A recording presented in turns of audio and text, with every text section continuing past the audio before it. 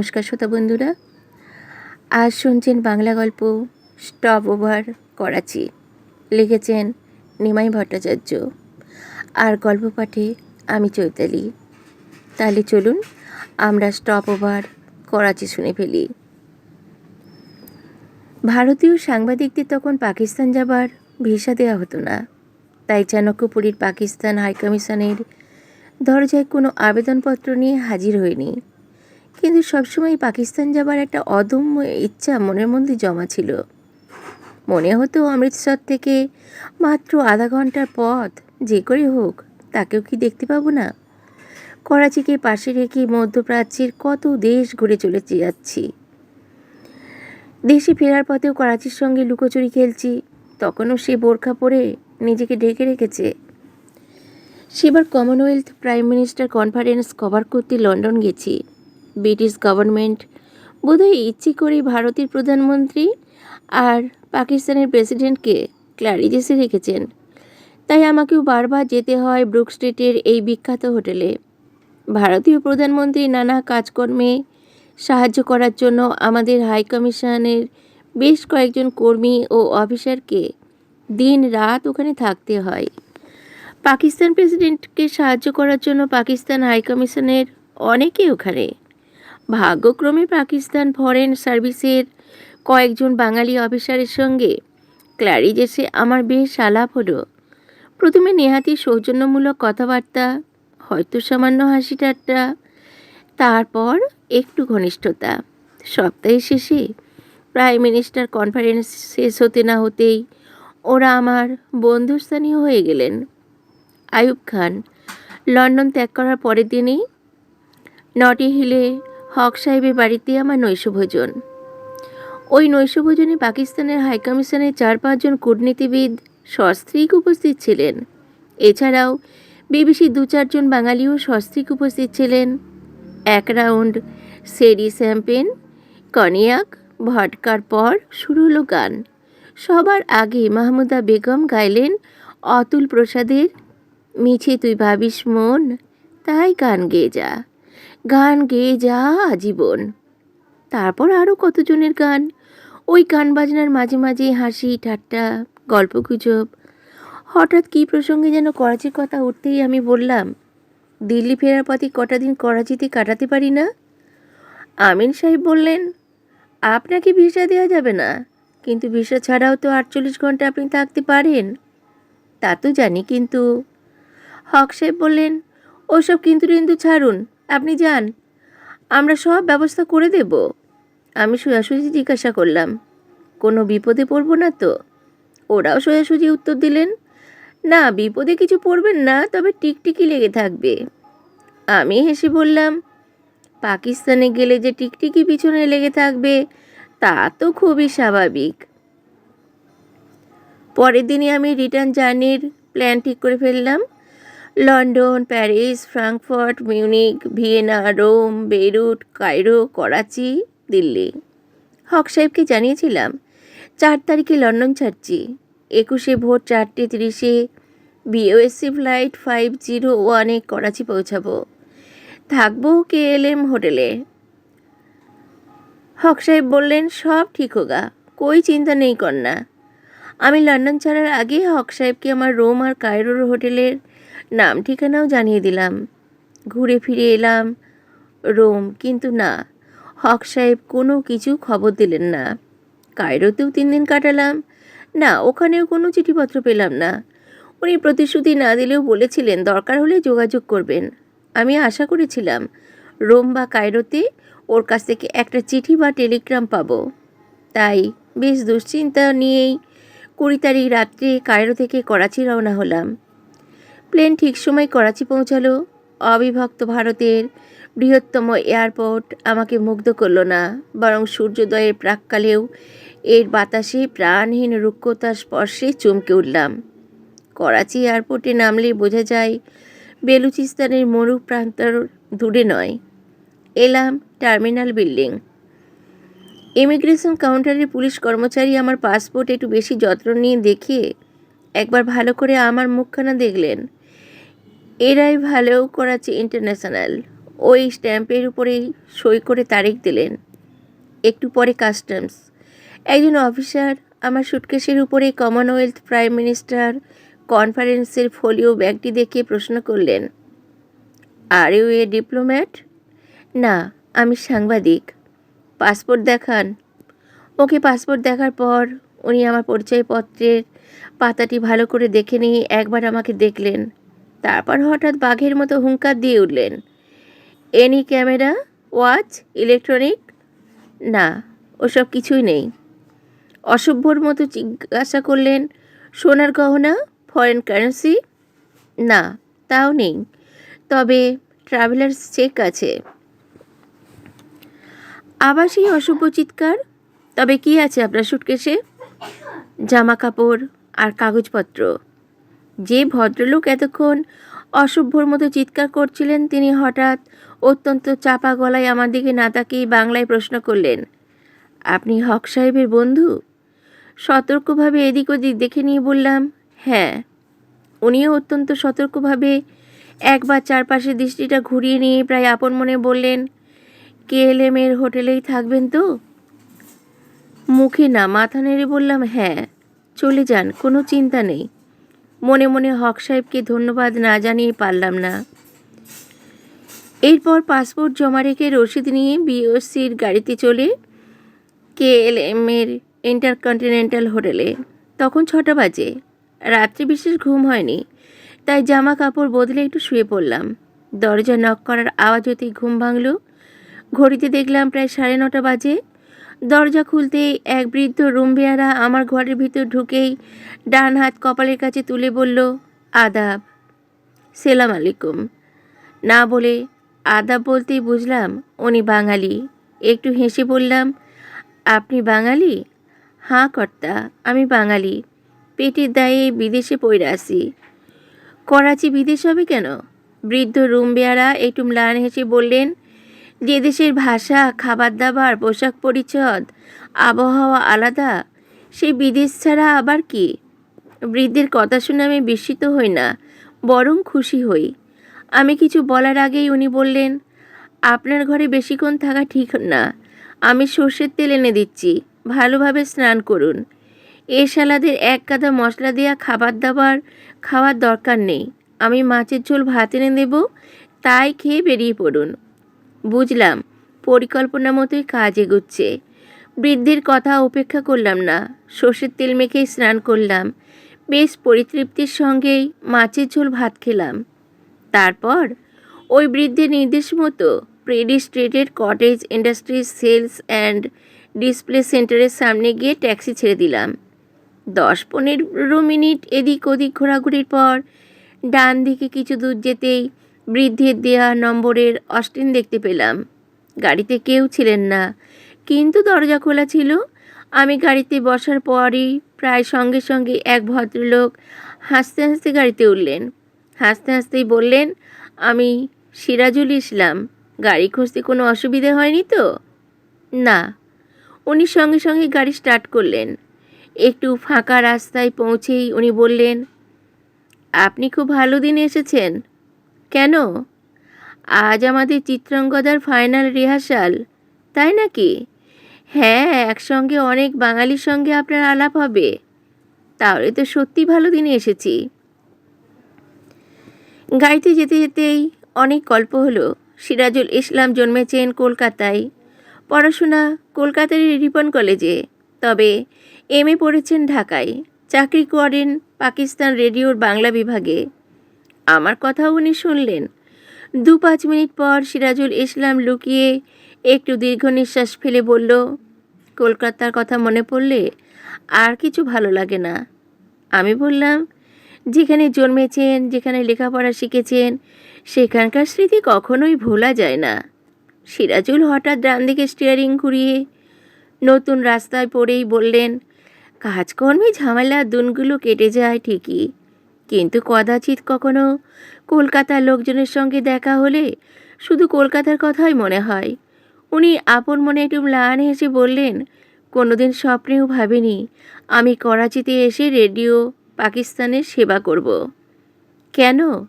পূর্ব পাকিস্তানের লোক হয়ে করাচিতে এসে চাকরি করা কি স্বাভাবিক ব্যাপার নয়? সিরাজুল আমার দিকে তাকিয়ে একটু হেসে বললেন, আমাদের দেশ বসিরহাট, পূর্ব পাকিস্তান না। তাই নাকি? হ্যাঁ। তাহলে কি দাঙ্গার পরই বসিরহাট ছেড়ে পূর্ব পাকিস্তানে চলে যান? উনি আবার একটু হাসেন, বলেন, দাঙ্গা হয়েছিল কলকাতায়, ঢাকায়, নোয়াখালীতে, বসিরহাটে না। তাহলে বসিরহাট ছাড়লেন কেন? উনি একটা আঙুল দিয়ে কপাল দেখিয়ে বললেন, সবই কিসমতের খেল। ঢাকায় ব্যবসা করতে গিয়ে বাবা মারা গেলেন, আর সেই ব্যবসা সামলাতে আমি গেলাম ঢাকায়। ব্যাস, এমন জড়িয়ে পড়লাম যে আর ফিরতে পারলাম না। রহমান সাহেবের বাড়িতে ঢুকেই আমি স্তম্ভিত। চিত্রাঙ্গদা নাচছে আর গান হচ্ছে, আমার অঙ্গে অঙ্গে কে বাজায় বাঁশি। আমি ঘরে পা দিতেই মণিপুর রাজকন্যা চিত্রাঙ্গদার নাচ থেমে গেল, গান বন্ধ হলো। চিত্রাঙ্গদা মুহূর্তের জন্য একটু হেসে আমার দিকে তাকালেন, আমাকে অভ্যর্থনা করলেন ঘরের সবাই। আমি হাসতে হাসতে বললাম, আপনারা এমন করে অভ্যর্থনা করছেন যেন ঘরে অর্জুন ঢুকলেন। আমার কথায় ঘরের মেয়ে পুরুষ সবাই হাসেন। চিত্রাঙ্গদা বললেন, কোনো দ্বিধা সংকোচ না করে প্রায় অর্জুনের মতোই তো এলেন। আমি হাসতে হাসতে বলি, তাহলে কি বলবো? কাহারে হেরিলাম আহা, সে কি সত্য, সে কি মায়া। ঘর ভর্তি সবাই হাসিতে লুটিয়ে পড়লেন। হাসি থামতেই সিরাজুল ইসলাম একটি মেয়েকে বললেন, লাইলা, তুমি সবার সঙ্গে পরিচয় করিয়ে দাও। লাইলা আমাকে সবার সঙ্গে পরিচয় করিয়ে দেবার পর আমাকে পাশেই নিয়ে বসলেন। তারপর একটু চাপা গলায় বললেন, আমি লাইলা ইসলাম, সিরাজুল ইসলামের বোন। এ ঘরের অর্ধেকের বেশি তো রেডিও টিভিতে আছেন। আপনিও কি রেডিও টিভিতে আছেন? না না, আমি পড়াশোনা করছি। কি পড়ছেন? এমএ? লাইলা একটু হেসে জবাব দিলেন, বছর 2 আগে এমএ পাশ করেছি। তাহলে রিসার্চ করছেন? হ্যাঁ, তা বলতে পারেন। ওই সামান্য বিরতির মধ্যেই চা আর চিঁড়ের পোলাও এলো। মিসেস রহমান নিজে আমাকে চা দিলেন। লাইলা এগিয়ে দিল 1 প্লেট চিঁড়ের পোলাও। একটু হাসি ঠাট্টা গল্প গুজবের পর আবার রিহার্সাল শুরু হলো। নাচ গানের মধ্যে যেন নিমেষেই সময়টা কেটে গেল। রিহার্সাল শেষ হবার পর আবার চাকফি আর হিঙের কচুরি। নানা জনের সঙ্গে আরও কিছুক্ষণ গল্পগুজব। এবার আস্তে আস্তে সবাই বিদায় নিতে শুরু করলেন। হঠাৎ হক সাহেব আমার কাছে এসে বললেন, হাজার হোক আপনি ইন্ডিয়ান জার্নালিস্ট, পুলিশ নিশ্চয়ই একটু খেয়াল রাখছে, কিন্তু যদি কোথাও কোনো অসুবিধা হয় তাহলে আমাকে ফোন করবেন। আমি মিস্টার হুদার টেলিফোন নাম্বারের কাগজটা হাতে নিয়ে বললাম, কোনো অঘটন ঘটার সম্ভাবনা আছে নাকি? উনি হেসে বললেন, না না, কিছু ঘটবে না, আমি ঘণ্টাখানেক আগে টেলিফোন করেছি। সিরাজুল ইসলাম পাশেই ছিলেন। উনি আমাকে বললেন, হুদা সাহেব আমাদের গোয়েন্দা বিভাগের ডেপুটি ডিরেক্টর। তার চাইতে বড় কথা, উনি কলকাতার থাকার সময় পঙ্কজ মল্লিকের কাছে রবীন্দ্রসঙ্গীত শিখেছেন। আমি হুদা সাহেবকে অভিনন্দন ও ধন্যবাদ জানাই। তারপর সবার কাছ থেকে বিদায় নিয়ে আমি সিরাজুল আর লাইলার সঙ্গে ওদের বাড়ি রওনা হলাম। বাড়ি ফেরার পথে সিরাজুল আমাকে প্রায় সারা শহরটা ঘুরিয়ে দেখাবার পর বললেন, আপনার মতো লোকের কাছে এ শহর দেখার কিছু নেই, তবে কাল যদি আপনাকে ক্লিফটন বিচ দেখাতে পারি তাহলে নিশ্চয়ই আপনার ভালো লাগবে। হ্যাঁ, ক্লিফটন বিচের কথা অনেকের কাছেই শুনেছি। কাল যদি ছুটি নিতে পারি তাহলে আমি নিয়ে যাব, নয়তো লাইলা আপনাকে ঘুরিয়ে আনবে। আমি বললাম, কাজকর্মের ক্ষতি করে আমাকে বেড়াতে নিয়ে যাবার দরকার নেই। লাইলা বললেন, আপনাকে একটু ঘুরিয়ে আনলে আমাদের কারোরই কোনো কাজের ক্ষতি হবে না। দাদা ছুটি না পেলে আমিই আপনাকে ঘুরিয়ে আনবো। ঘুরে ফিরে সিরাজুলের বাড়িতে পৌঁছাতে সন্ধ্যা হয়ে গেল। ওদের মা দরজা খুলে দিয়েই বললেন, একটু আগেই রহমান সাহেবের কুঠি থেকে ফোন এসেছিল। তার আগে তোর অফিস থেকে 2বার ফোন এসেছে। সিরাজুল প্রথমেই ওর অফিস থেকে ফোন করলেন। সহকর্মী নুরুল হাসানের খুব জ্বর, সুতরাং একটু পরেই ওকে রেডিওতে ছুটতে হবে। এরপর রহমান সাহেবের বাড়িতে ফোন করে জানালেন, আমার আপত্তি না থাকলে আগামীকাল দুপুরে আমাকে ওরা খাওয়াতে চান। মিসেস রহমান আমার সঙ্গেও কথা বললেন। আজ তো আপনার সঙ্গে ভালো করে কথাই বলতে পারলুম না, তাই কাল দুপুরে আসুন, সবাই মিলে একটু গল্প করা যাবে। আমি সানন্দে স্বীকৃতি জানালাম। সিরাজুল একটু পরেই রেডিও স্টেশনে চলে গেলেন। যাবার সময় বললেন, আপনি আম্মা লাইলার সঙ্গে গল্প করুন, আমি যত তাড়াতাড়ি পারি ফিরে আসছি। সিরাজুলের মার সঙ্গেও অনেক গল্প হলো। উনি কাটুয়ার মেয়ে, ম্যাট্রিক পাস করেছেন কলকাতার সাখাওয়াত মেমোরিয়াল স্কুল থেকে। ভিক্টোরিয়াতে আইএস ক্লাসে ভর্তি হবার পর বিয়ে হয়। উনি বললেন, আমাদের সব আত্মীয় স্বজনই পশ্চিমবাংলায়, শুধু বড় মেয়ে আর জামাই ছাড়া ঢাকায় আমাদের আর কোনো আত্মীয় নেই। আত্মীয় স্বজন ছেড়ে এই দূরদেশে পড়ে থাকতে একটুও ভালো লাগে না। সবশেষে উনি একটা দীর্ঘ নিঃশ্বাস ফেলে বললেন, কোথা দিয়ে যে কি ঘটে গেল তা ভাবতেও অবাক লাগে। আমি চুপ করে ওর কথা শুনি। লায়লা স্নান করতে গেছেন, ঘরে শুধু আমরা দুজন। কিছুক্ষণ চুপ করে থাকার পর হঠাৎ প্রশ্ন করলেন, আচ্ছা বাবা, শনিবারের চিঠি এখন বেরোয় না, তাই নাকি? অত সুন্দর কাগজটা বন্ধ হয়ে গেল? হ্যাঁ, ভারতবর্ষ প্রবাসী তো চলছে না, ওগুলো বন্ধ হয়ে গেছে। কি আশ্চর্য, তাহলে লোকে পড়ে কি? এখন নতুন নতুন অনেক কাগজ বেরিয়েছে, কিন্তু বাবা সেগুলো তো ভারতবর্ষ প্রবাসী হতে পারে না। না, তা কি সম্ভব? বৃদ্ধা আবার একটা দীর্ঘশ্বাস ফেলে বললেন, সব কিছুই এমনভাবে বদলে যাচ্ছে যে আমাদের সব কিছুই বেসুরো মনে হয়। লাইলা স্নান করে আসতেই উনি বললেন, তোরা গল্প কর, আমি শুতে যাই, পায়ে বড় ব্যথা করছে। লাইলা আমাকে বললেন, আম্মা বাতের ব্যথায় বড় কষ্ট পাচ্ছেন, বেশিক্ষণ বসে থাকতে পারেন না। আমি বললাম, আমি তো অনেকক্ষণ আপনাকে আটকে রেখেছি, আপনি এবার বিশ্রাম করুন। বৃদ্ধা চেয়ার ছেড়ে উঠতে উঠতে লাইলাকে বললেন, একে দেখে শুনে খেতে দিস। লাইলা হাসতে হাসতে বললেন, কেন, তোমার কলকাতার লোক বলে? তাই তো।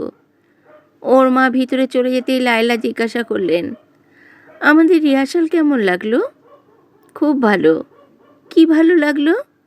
নাচ গান, আপনাকে, আপনার দাদাকে, রহমান সাহেবকে। আপনি আমার সামনে বসে আছেন বলে আমাকে খুশি করার কোনো দরকার নেই, ঠিক তো? অবশ্যই। তাহলে বলি, আপনি ছাড়া আর সবাইকে ভালো লেগেছে, আর আমাকে একটু ভালো লাগেনি? কেন? আপনার রূপ নেই, গুণ নেই, আপনাকে ভালো লাগবে কেন? ঠিক বলেছেন। দুজনেই হাসি। এবার আমি প্রশ্ন করি, আচ্ছা, মেয়েরা কি সবসময় নিজেদের প্রশংসা শুনতে ভালোবাসে? মেয়েদের দোষ দিচ্ছেন কেন?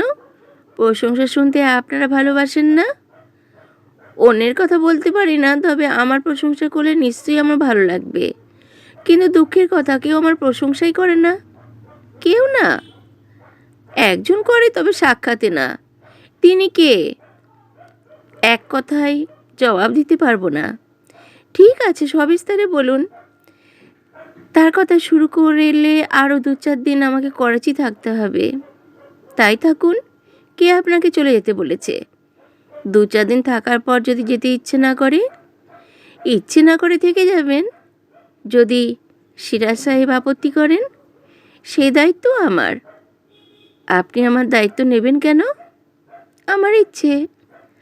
আমি আর কথা বলি না। লায়লার দিকে তাকিয়ে একটু হাসি। লায়লাও হাসেন। দুজনেই দুজনকে দেখি আর হাসি। তারপর লায়লা বললেন, আপনি ভারী মজার লোক। কেন? বেশ কথা বলেন। তাই নাকি? আপনি আমাদের রিহার্সালের ওখানে ঢুকতেই বুঝলাম আপনি বেশ ইন্টারেস্টিং লোক। আমি হাসি। হঠাৎ লায়লা উঠে দাঁড়িয়ে বললেন, একটু বসুন, চা করে আনি। কোনো দরকার নেই। কেন, চা খেতে ইচ্ছে করছে না? ইচ্ছে তো করছে, কিন্তু আপনি চলে গেলে একলা একলা ঝগড়া করব কেমন করে? লায়লা হাসতে হাসতে বললেন, আমার সঙ্গে কিচেনে চলুন। না, থাক, তাহলে আপনার সঙ্গে আরও অনেক জায়গায় যেতে ইচ্ছে করবে। লায়লা হাসতে হাসতে বেরিয়ে গেলেন। আমরা চা খেতে খেতে সিরাজুল সাহেব ফিরে এলেন। অনেক গল্প হলো, তবে শুধুই কলকাতার কথা। Victoria, Chowringhee, College Square, Coffee House, Basanta Cabin, পুরনো বইয়ের দোকান, গানের জলসা, ময়দানের ফুটবল, আরও কত কী। সব কিছুর মধ্যেই কেমন একটা আবেগ, মমত্ববোধ, কী যেন হারাবার বেদনা। কথা বলতে বলতে সিরাজুল সাহেব হঠাৎ চুপ করলেন। কী যেন আপন মনে ভাবেন, নাকি মনে মনে কিছু আবৃত্তি করছেন। আচ্ছা, অমিয় চক্রবর্তী, বুদ্ধদেব বসু, অজিত দত্ত, বিষ্ণু দে কলকাতাতেই আছেন তো? সুভাষ মুখোপাধ্যায় খুব জনপ্রিয়, তাই না? আমাদের কথাবার্তার মাঝখানে হঠাৎ লায়লা বলেন, দাদাও খুব ভালো কবি। তাই নাকি? সিরাজুল একটু হাসেন। লায়লা বলেন, দাদা 3টে কবিতার বইও বেরিয়েছে। আমি সিরাজুল সাহেবকে বলি, আপনি তো আচ্ছা লোক, এসব খবর আগে বলেননি তো। উনি সলজ্জভাবে বললেন, 5 জনকে জানানোর মতো কবিতা আমি লিখতে পারি না, তবে মাঝে মাঝে যখন মানসিক যন্ত্রণাটা অসহ্য হয় তখন কবিতা না লিখে পারি না। কথায় কথায় অনেক রাত হয়েছিল, তাই খেয়ে দিয়েই হোটেলে ফিরে এলাম। হোটেলে পৌঁছে দেওয়ার সময় সিরাজুল সাহেব জানালেন উনি ছুটি পাননি। রহমান সাহেবের বাড়িতে খেতে যেতে পারবেন কি না তারও ঠিক নেই, তবে খুব চেষ্টা করবেন। আর জানালেন লায়লা 12টা নাগাদ আমার হোটেলে এসে আমাকে রহমান সাহেবের বাড়ি নিয়ে যাবেন। তারপর খাওয়া দাওয়ার পর লায়লাই আমাকে ক্লিফটন বিচ ঘুরিয়ে আনবেন।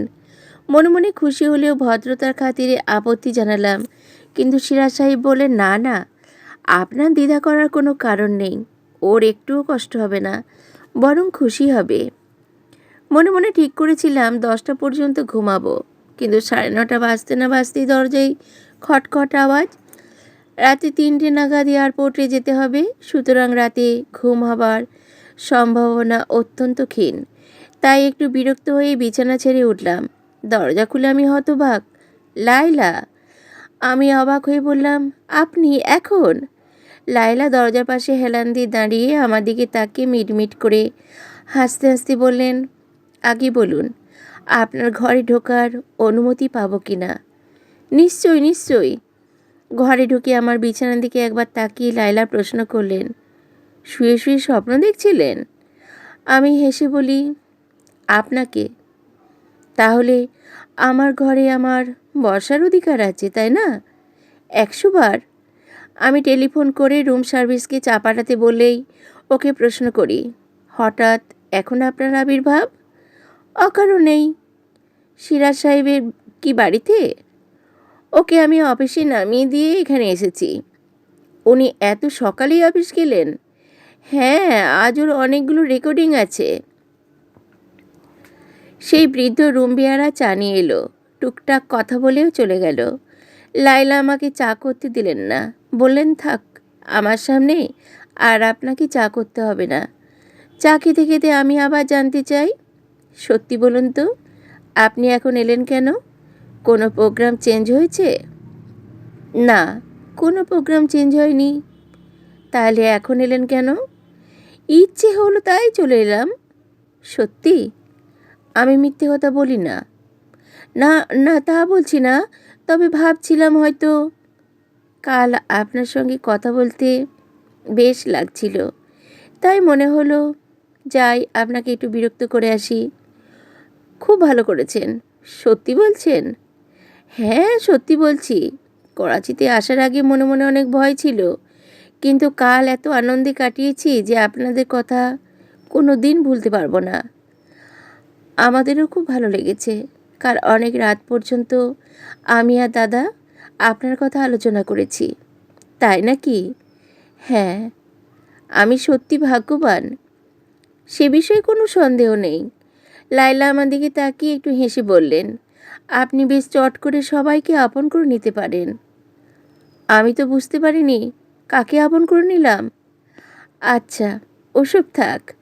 আপনাকে কিন্তু রহমান সাহেবের বাড়িতে জমে যাবেন না যেন আবার। আমি হেসে বলি, সেটা কি আমার হাতে? আপনার হাতে। আমি হাসি চেপে বললাম, ঠিক আছে, ওরা কেউ থাকতে বললে বলবো আপনি বেশিক্ষণ থাকতে বারণ করেছেন। কোনো আপত্তি নেই। না, রহমান সাহেবের বাড়িতে সত্যি বেশিক্ষণ থাকতে পারলাম না। ওদের আন্তরিকতার জন্য বারবার ধন্যবাদ জানিয়ে বললাম, বেশ কয়েক জায়গায় ঘোরাঘুরি করতে হবে বলে অনিচ্ছা সত্ত্বেও এখন আড্ডা ছেড়ে উঠছি। লায়লা আয়েশার সঙ্গে গল্প করছিলেন। আমি ওকে বললাম, উঠুন, আর গল্প করলে আমাদের সব জায়গায় যাওয়া হবে না। লায়লার সঙ্গে সঙ্গে উঠে দাঁড়িয়ে বললেন, আমি তো আপনার ড্রাইভার, হুকুম করলেই উঠব। রহমান সাহেবের বাড়ি থেকে বেরিয়ে ডান দিকে ঘুরেই লায়লা হাসতে হাসতে বললেন, ওয়েল ডান।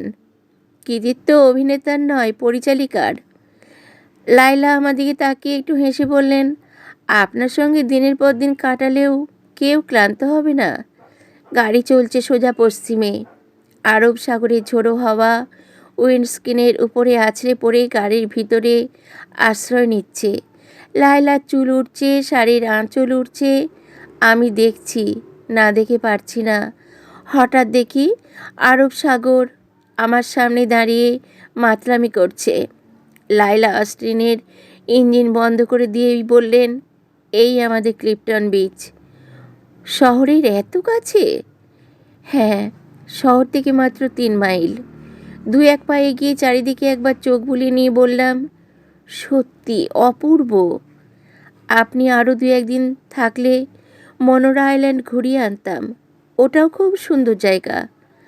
পরের বার যাওয়া যাবে। আপনি কি আবার করাচি আসবেন? আশা তো করি। আস্তে আস্তে সামনের দিকে এগুতে এগুতে লায়লা বললেন, এলে খুশি হব, কিন্তু আশা করি না। কেন? এ সংসারে বেশি আশা করলেই বেশি দুঃখ পেতে হয়। তা ঠিক, কিন্তু আমি না এলে আপনি দুঃখ পাবেন কেন? দুঃখ না পেলেও আশাভঙ্গ তো হবে। ক্লিফটন বিচে আলো ছায়া ঘোরাঘুরি করতে করতে আমরা কত কথা বলি, এলো মেলো, কখনো হাসি, কখনো গম্ভীর হয়ে ভাবি, আবার আনমনা হই মাঝে মাঝে। তারপর অস্তগামী সূর্যের মুখোমুখি হয়ে সমুদ্রের ধারে বসি, কখনো নীরব, কখনো সরব, আবার কখনো দুজনে দুজনের দিকে তাকিয়ে অপলক দৃষ্টিতে। দুজনের চোখেই কত অনুক্ত প্রশ্ন। ফেরার পথে গাড়িতে কেউই বিশেষ কথা বলি না, বলতে পারি না, বলতে মন চায় না। আনমনা হয়ে কত কি ভাবি, বোধহয় লায়লাও ভাবেন। ফিরে আসি করাচি শহরে। রেডিও স্টেশন থেকে সিরাজুল সাহেবকে তুলে নিয়ে সোজা ওদের বাড়ি। আমার সঙ্গে আবার সেই কলকাতার গল্প। সিরাজুল সাহেব আমায় তার কবিতার বই সাধনা, আমার সাধনা উপহার দেন। আমার 48 ঘন্টা করাচিবাসের মেয়াদ যত কমে আসছে, ঘড়ির কাঁটা তত বেশি জোরে দৌড়াচ্ছে। হোটেলে জিনিসপত্র গোছগাছ করার ছিল, তাই 10টার মধ্যে খাওয়া দাওয়া শেষ করার পর আর বসলাম না। ওরা 2 ভাই বোনেই আমাকে হোটেলে ছাড়তে এলেন। রাত তখন 11টা। স্টপ ওভার করাচি গল্প কেমন লাগছে আপনাদের? রইল আরও বাকি পর্ব। কেমন লাগছে অবশ্যই কমেন্টস করে জানাবেন, আর পরের পর্ব অবশ্যই তাড়াতাড়ি দেব। প্রত্যেকে লাইক করবেন অবশ্যই। আজ আসি, নমস্কার।